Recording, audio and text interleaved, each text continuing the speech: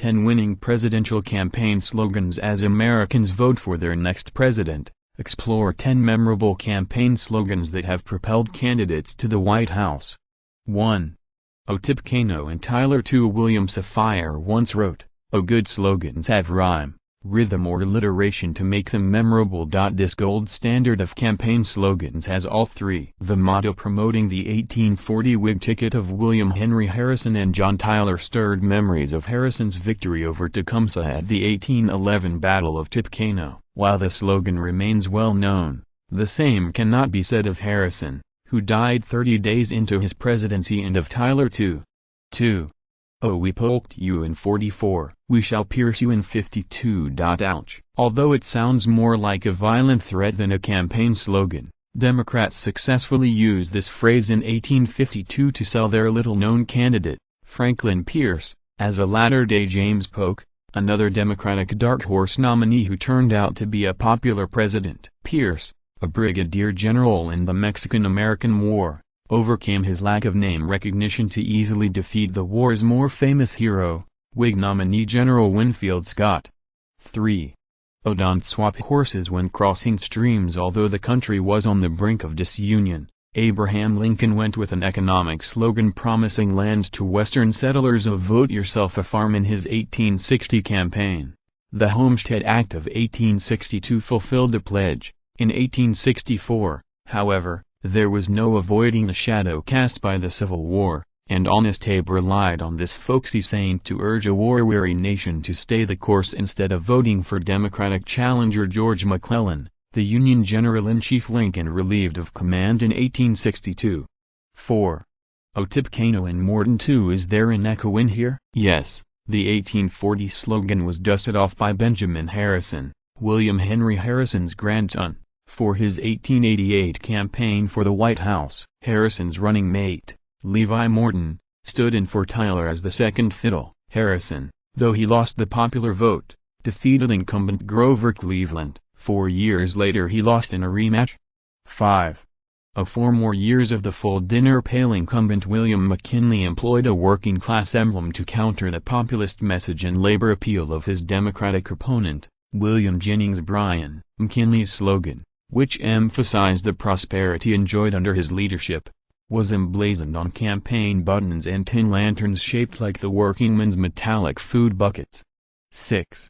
"Oh, he kept us out of war." President Woodrow Wilson ran on a peace platform during his 1916 re-election campaign by touting his administration's efforts to keep America out of the war that was ravaging Europe. Although Wilson warned that a Republican victory would embroil the United States in the European conflict, it would be his hand, just 34 days after his second inauguration, that signed the declaration of war against Germany and plunged America into World War I. Even in a political landscape littered with campaign promises, it was a quick and monumental about-face. 7. "Oh, return to normalcy." In the wake of Wilson's turbulent second term and American participation in World War I, Republican Warren Harding campaigned on the promise of simpler, less chaotic times. "Oh, America's present need is not heroics but healing, not nostrums but normalcy," he said. Harding, although known to enjoy many a tipple, employed another slogan, "Oh, cocks and cocktails," to highlight the opposition to prohibition by his Democratic foe, James Cox. 8. "Oh, keep cool with Coolidge." Calvin Coolidge assumed the presidency after Harding died of a sudden heart attack in 1923. "Oh, Silent Cal wasn't flashy, but he scored a landslide victory in 1924 on the promise of a calm hand on the rudder of state." "Oh, safe, sane, steady" was emblazoned on campaign posters, and his pun of a slogan emphasized his reasoned demeanor and deliberate decision-making process. 9.